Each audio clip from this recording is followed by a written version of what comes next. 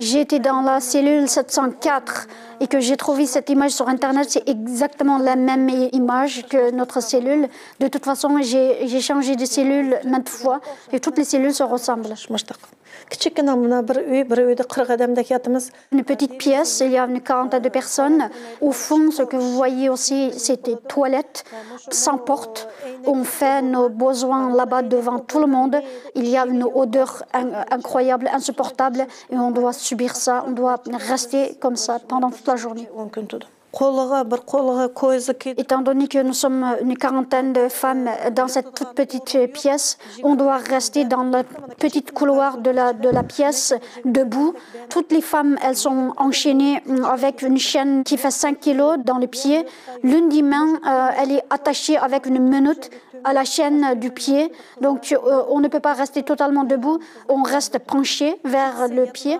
20 femmes restent comme ça et 20 autres, elles s'allongent. Il n'y a ni un lit, ni un coussin, ni couverture.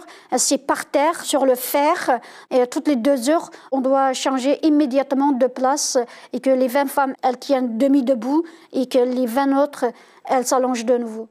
Je suis restée ainsi avec ces chaînes pendant 1 an, 3 mois et 10 jours. Dans la pièce, chacun des 4 coins, il y a une caméra. Et puis aussi, à côté des toilettes, il y a le haut-parleur.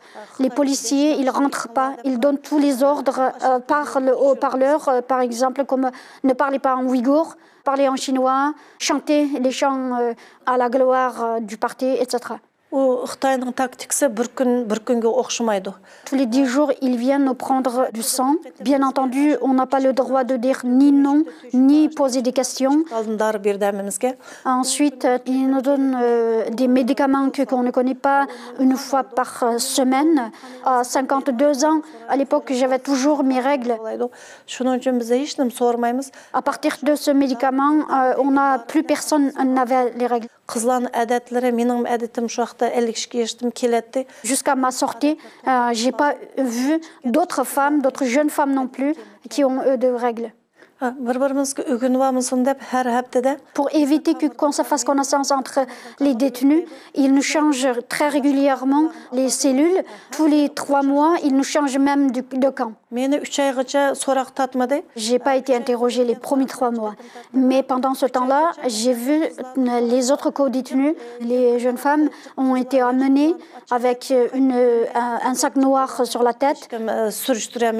Lorsqu'en fait, elles reviennent, j'ai vu de mes yeux les tortures qu'elles ont subies. Elles ont été frappées violemment, très violemment, et qu'elles ont subi aussi sur les 10 doigts. Ils ont mis des épines dans les 10 doigts. J'ai vu toutes ces femmes torturées pendant 3 mois, pratiquement tous les jours.